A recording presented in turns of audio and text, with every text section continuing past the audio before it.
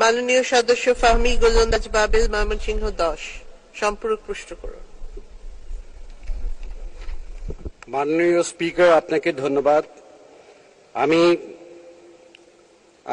আপনার মাধ্যমে শিল্প মন্ত্রী মহোদয়ের নিকট আমার জিজ্ঞাসা, আমার নির্বাচনী এলাকা ময়মনসিংহ 10 গফরগাঁও উপজেলায় একটি জনবহুল কৃষি নির্ভর এলাকা।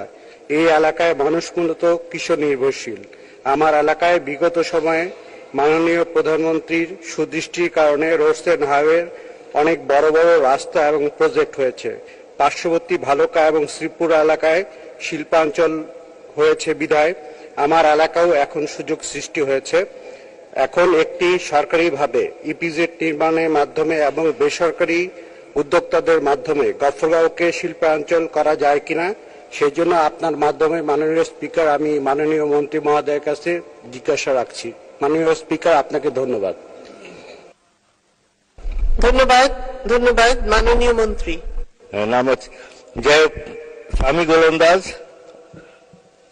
আমি আপনাকে ধন্যবাদ জানাই যে আপনি যে অঞ্চলের কথা বলেছেন, আপনার এলাকায় আমি গিয়েছি। আপনার মরহুম পিতা আমার অত্যন্ত ঘনিষ্ঠ বন্ধু ছিলেন, তিনিও সংসদ সদস্য ছিলেন।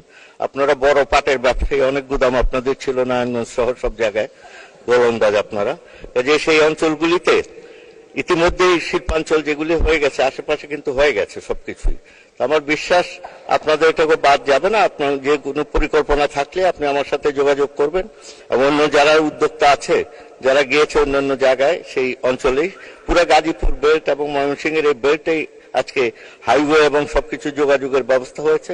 আমরা মনে করি যে এটা পরিকল্পিত শিল্পাঞ্চল হিসাবে আমরা দিতে পারবো। তবে যত্রতত্র শিল্প কারখানা করে দেওয়া যাবে না এবং কৃষি অঞ্চল যেখানে বলেছেন, কৃষি জমিকে আমরা ব্যবহার করতে দেব না। সে ব্যাপারে আমাদের সরকারের নীতিগত কিছু আছে, সিদ্ধান্ত আছে।